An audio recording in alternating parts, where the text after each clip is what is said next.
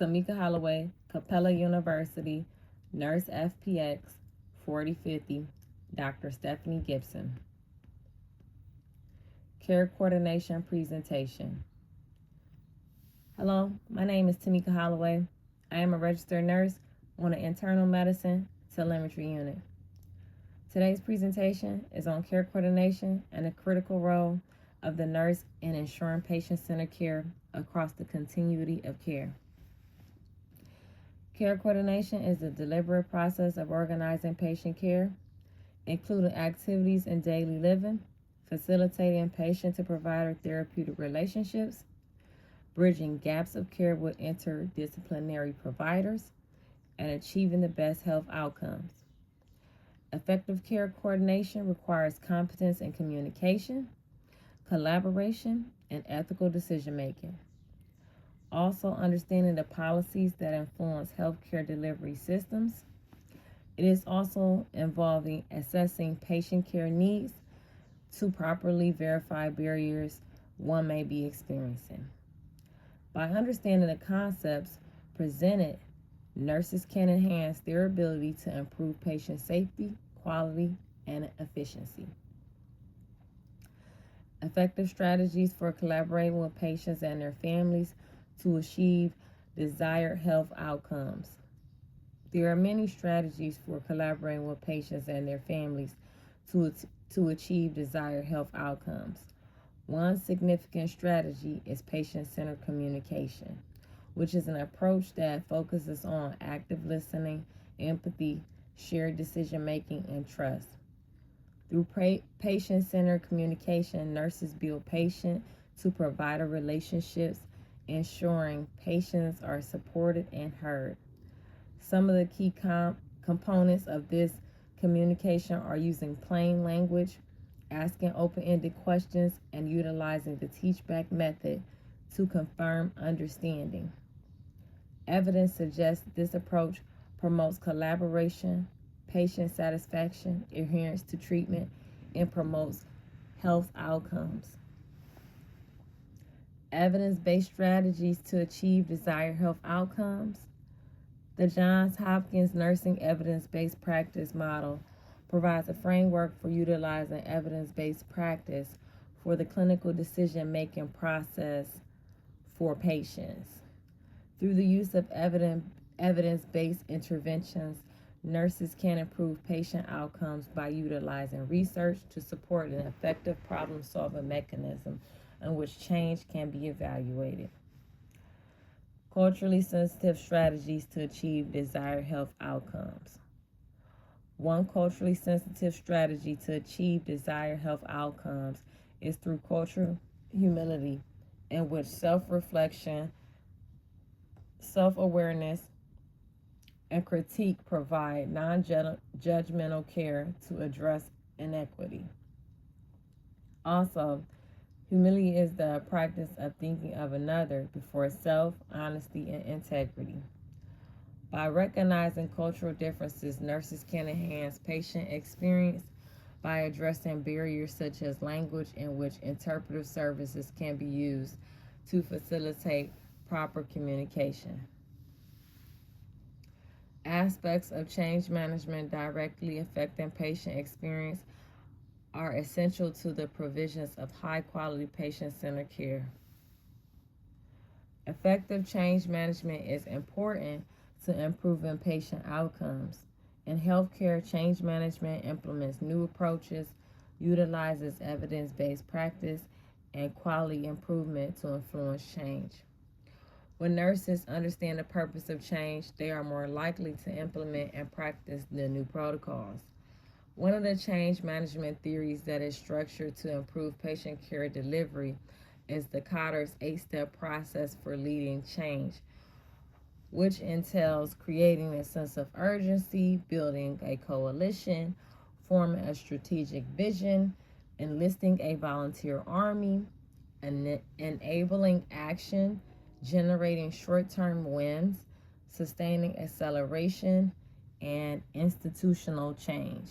By using Kotter's steps, healthcare organizations can contribute to safe, efficient health outcomes.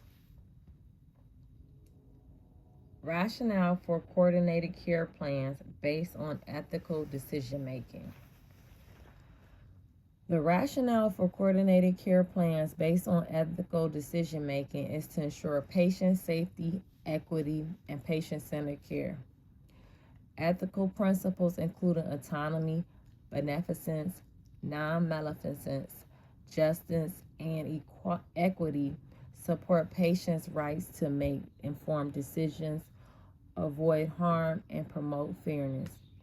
When these ethical principles are standards of care, it allows for continuity throughout healthcare. These principles establish the code of ethics for nurses as a guideline to practice and build relationships with patients and families. Also, this framework identifies the motivation of action and intention in healthcare delivery. Nurses often face ethical issues in which making the right, sound decision is necessary, without regard for one's own personal beliefs and values, but in the preference of the patient. The logical implications of utilizing ethical principles for care coordination are improved patient trust, increased patient motivation, and adherence to treatment. Ethical decision making supports the right of patients to have informed consent for treatment and for nurses to advocate for their patients' needs, such as understanding the consent forms and the plan of care. The consequences of ethical decision approach is that it creates conflict in which the right or wrong is not always clear for the situation. For example, determining when someone should no longer utilize life-saving measures. This may conflict with the wants of the patient versus the family and the provider, in which some risks outweigh benefits or harm, and that is inflicted by clinical decisions or lack thereof. There are several underlying assumptions that influence care coordination. One controversial assumption is that all patients receive the same level of care.